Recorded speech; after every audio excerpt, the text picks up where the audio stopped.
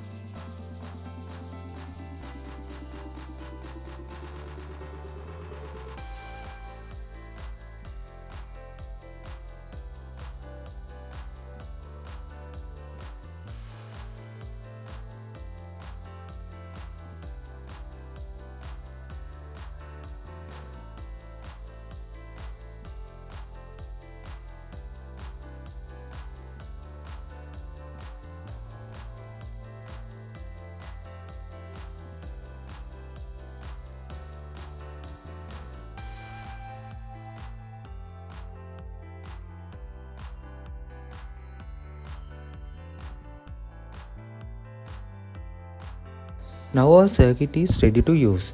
Please comment your suggestion on this video and also make sure to subscribe my channel.